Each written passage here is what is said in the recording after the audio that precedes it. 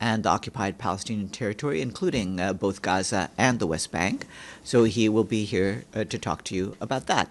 Mr. Chaiban, welcome. Thank you very much, and thank you for coming. I just returned from a 5-day mission to Israel, Gaza, and the West Bank, including East Jerusalem, and I speak to you with a deep sense of urgency and profound concern today. This has been my 4th visit to Gaza since the war began, after the horrors of October 7th. Of course, itself building on decades of an unresolved conflict. You see the images on the news and you know what has happened, but it's still shocking when you're there. The marks of deep suffering and hunger are visible on the faces of families and children. Over 18,000 children have been killed in Gaza since the beginning of the war. That's an average of 28 children a day, the size of a classroom gone. Children have lost loved ones, they're hungry, they're scared, they're traumatized. And Gaza now faces a grave risk of famine.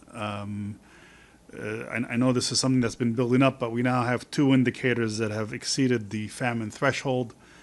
1 in 3 people in Gaza are going days without food, and the malnutrition indicator has exceeded the famine threshold, with global acute malnutrition now at over 16.5%. Today, more than 320,000 young children are at risk of acute malnutrition. On Monday, when I was in Gaza, I met with the families of the 10 children killed and 19 injured by an Israeli airstrike while they were queuing for food with their mothers and fathers at a distribution clinic, a nutrition clinic in Deir al-Ballah that UNICEF supports. We met with Ahmad, who's 10 years old, and his father. Ahmad was in line with his sister, Samah, 13-year-old, on that day. She died. There's a picture I saw of him in a donkey cart waving furiously to see if he could save her and get her to the hospital, but he was unable to. And he's deeply traumatized. He doesn't know what to do, and this should simply not be happening. These children are not victims of a natural disaster. They're being starved, bombed, and displaced. We went to a stabilization center in Gaza City, and I met acutely malnourished infants whose bodies were little more than skin and bone. Their mothers sat nearby, desperate and exhausted. One mother told me that she no longer produces breast milk. She herself is too hungry. And UNICEF is doing everything we can to address the situation, supporting breastfeeding, providing infant formula, treating children with severe acute malnutrition. But the needs are enormous after 22 months of war. There was a 2-month of blockade, which has now been eased, but still having an impact, and the aid is not getting in fast enough or at the required scale as of yet. In the midst of all this, our staff in Gaza, most of whom have suffered devastating personal losses, continue to work day and night. UNICEF is delivering safe water, 2.4 million liters per day in northern Gaza, for example, reaching 600,000 children. That's an average of 5 to 6 liters per day per person, better than what they had before, but still below survival thresholds. We rebuilt the cold chain for vaccines. You recall the polio campaign in February. We've continued to vaccinate children against childhood illnesses. We're providing psychosocial care for children who have been horrified by what they've gone through. We're keeping newborn children alive, helping to reunite separated families, both within the Strip, but also in some cases internationally, and delivering infant formula to the most vulnerable babies, but much more needs to be done. There has been some easing of humanitarian access after the pauses announced by Israel. As UNICEF, we have 1,500 trucks of life-saving supplies ready across corridors in Egypt, Jordan, Ashdod, and Turkey. Some have begun to move, and we've delivered in the last couple of days 33 trucks of life-saving infant formula, high-energy biscuits, and hygiene kits. But this is still a fraction of what's needed. And so a big part of the mission has been our advocacy and engagement with the Israeli authorities in Jerusalem and Tel Aviv. We pressed for a review of military rules of engagement to protect civilians and children. Children should not be getting killed waiting in line at a nutrition center or collecting water, and people should not be so desperate that they rush a convoy to get food. We called for more humanitarian aid and commercial traffic to come in, moving closer to 500 trucks a day to stabilize the situation and reduce the desperation of the population, and also the looting. We call it self-distribution when the population goes after a convoy, and there's also looting when more armed groups go after it because the prices of food are so high. And in order to address that, we need to flood the strip with goods from all channels, all gates. And this is not going to be achieved through humanitarian aid alone, so we also pressed for commercial goods to get into the strip. Eggs, milk, other essential supplies that can complement what the humanitarian community can bring in. And then we press for dual-use items and fuel to be allowed in so that the water system can be prepared, pipes, fittings, generators. It's very hot in Gaza right now, 40 degrees centigrade, and water is in short supply with the risk of disease outbreak looming everywhere. And we need to continue to advocate so that the humanitarian pauses do not lead to further displacement, pressing the population into an ever smaller area. It was a good exchange. There has been some easing in the access, and we need to see the full realization of the measures announced and the issues that I just raised in order to be able to address the situation. I should also say that I visited the West Bank, where there too children are under threat. So far this year, 39 Palestinian children have been killed in the West Bank. I visited the Bedouin community east of Ramallah, which was forcibly displaced due to violence. We also met with Israeli children impacted by the war, children who have endured fear, loss, and displacement. Children don't start wars, but they're the ones who are impacted by the wars. But today I want to keep the focus on Gaza because it's in Gaza where the suffering is most acute and where children are dying at an unprecedented rate. We are at a crossroad, and the choices made now will determine whether tens of thousands of children live or die. And we know what must be done and what can be done. The UN and non-governmental organizations that form the humanitarian community can address this along with commercial traffic if the measures are in place to allow access and eventually have enough goods in the strip that some of the issues that are there with law and order abates. And of course, funding is needed. UNICEF's appeal for Gaza is critically underfunded with, for example, only 30% of health and nutrition needs covered. And then finally, and we need to remember that the humanitarian pause is not a ceasefire. We hope that the parties can agree on a ceasefire, the release of the hostages by Hamas and other groups. This has gone on for far too long, 22 months. I honestly never expected that we would be here 22 months into this war. What is happening on the ground is inhumane, and what children needs from all communities is a sustained ceasefire and a political way forward. Thank you. Thank you very much. I'll now turn the floor over for questions. Amelie? Thank you. On behalf of the UN Correspondent Association, thank you very much for doing this briefing. I'm Amélie Bottelier from AFP News Agency. I have two questions. In the last few days, a lot of countries have started, more and more countries are airdropping aid into Gaza. Do you see that as making any difference? And my second question is, if, as you demanded, aid was to flow again into Gaza, how long would it be for one child? We know they are vulnerable human beings, so how long would it take to have all these children get back into health, not being undernourished and back to health again? Thank you.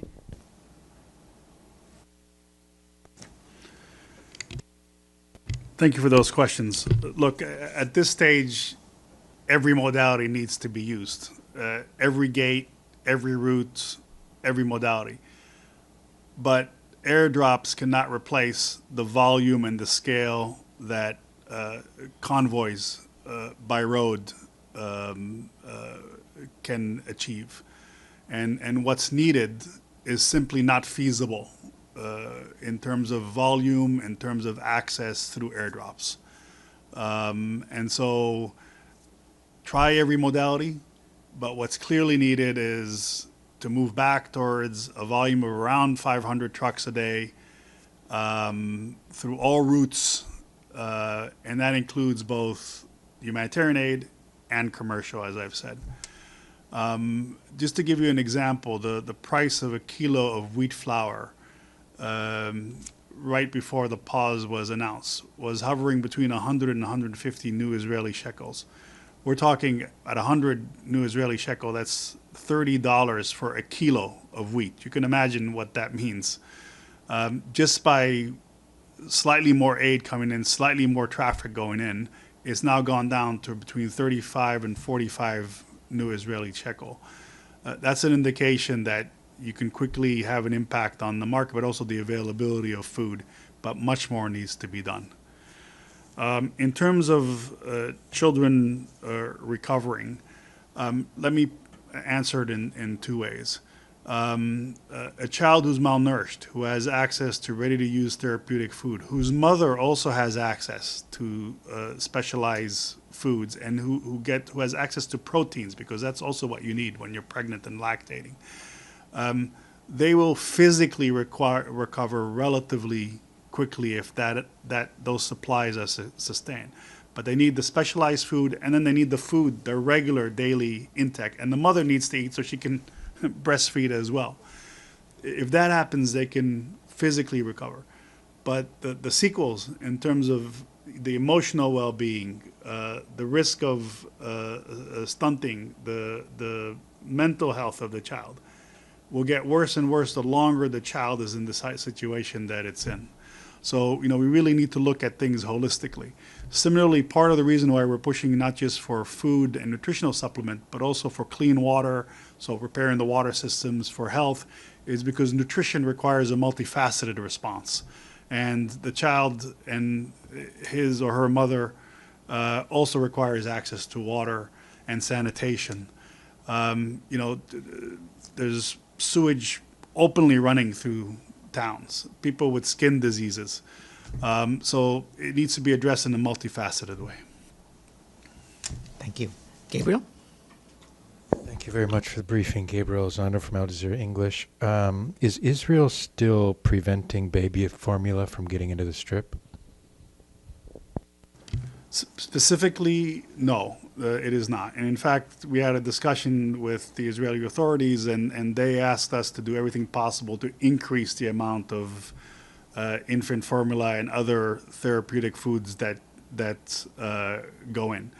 The issue then is the modalities. How do you kind of cut down on the bureaucracy so that the turnaround for the trucks are faster? How to open up all of the gates simultaneously so that they're at less risk of being looted. Open up several routes so that anyone who's either trying to do a self-distribution or is trying to make money out of the traffic can be it's less predictable where the truck is going to come.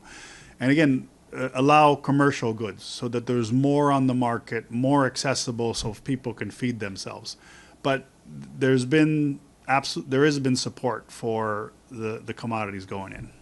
And if I may ask a quick follow-up, you said there are 33 trucks, UNICEF trucks that have, can you clarify, have they gotten into Gaza, or they're soon to get into Gaza, or what's the? Yeah, we had, to be clear, we had 97 trucks go in recent days, of which 33 focused on, infant feeds, sanitation kits, and so altogether those have gotten into Gaza, and we're picking up more on a daily basis. But we're also being strategic about how we move in batches, so that we're less, again, predictable. We're less subject to the food not getting to the end point, because, again, for specialized items like nutritional supplements, you want to get it to the nutrition center and the health center where those malnourished children are. Deshi? Yes, Mr. Chaiban, this is Shudeji with China Central Television. Allow me to show you a video I just saw today as a YouTube advertisement this morning. Israel has been facilitating a massive humanitarian operation for the people of Gaza. Day and night, Israel enables food, medicine, and more without limitations, from baby formula to antibiotics. You see those smiling faces, the children. You just visited Gaza yourself. Is this the image you see? If it's not, what's the danger of the wrong information online, especially for YouTube advertisement? Thank you. I mean, look, that's not the image you see, okay? And there's plenty of information in social media. You all have been reporting on the situation, which shows that. Sorry, I have to offer you another information. This is actually from the Ministry of Foreign Affairs of Israel. Right. They put this advertisement on YouTube. Right. Okay. We're aware of that, yes, and I believe World Food Program has put out some lines debunking some of the veracity of the videos, some of which are taken from other years. Right. So, but at this stage, I think what we need to focus on, as I said in my comments, the situation is desperate. People are gaunt. Their eyes are hollow. It's an extremely difficult situation. The markets are bare. Children, are in stabilization centers because if they don't get the specialized foods that we're able to get to them through 170 clinics that we're still operating. When I say we, partners in working with UNICEF, and if they don't get to that clinic, then they're on the verge of dying, basically. All of that is the situation. Israel, since the blockade has been lifting, has eased access, and the purpose of the mission was to advocate for the measures that I discussed to fully implement access. And again, let the UN and the NGOs do their work, because we know how to do the work, and complement that with commercial traffic. Noreen?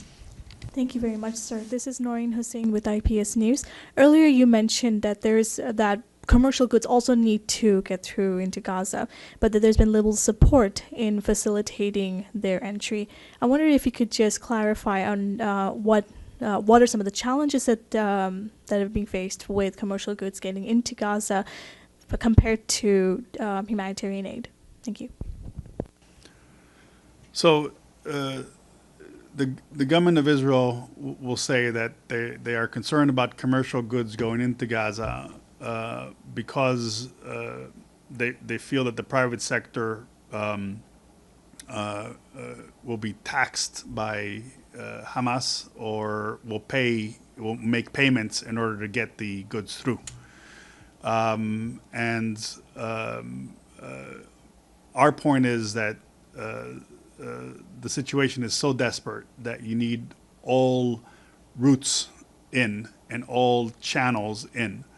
And there are ways. There are businessmen in the West Bank and Israel who have a relationship with businessmen on the ground.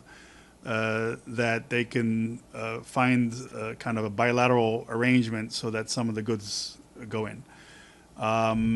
There are certain products, certain goods that the United Nations can't and won't bring in on a sustained regular basis. Like I said, eggs, protein, and so feeding 2 million people under the circumstances that we are now requires all hands on deck. Our colleagues from WFP, ourselves, and the World Central Kitchen, other NGOs can do a big part of what's needed. The Red Cross, Red Crescent movement, ICRC, Egyptian Red Crescent, Qatar Charities, everyone will chip in, but you also need the private sector to do it. And again, the situation is such that it's absolutely essential.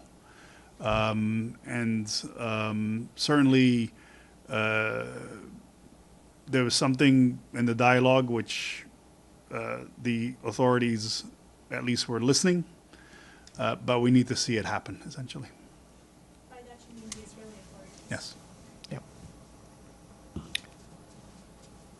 Are there any further questions? Anything online? I haven't received any requests online, but if there is, please feel free to ask.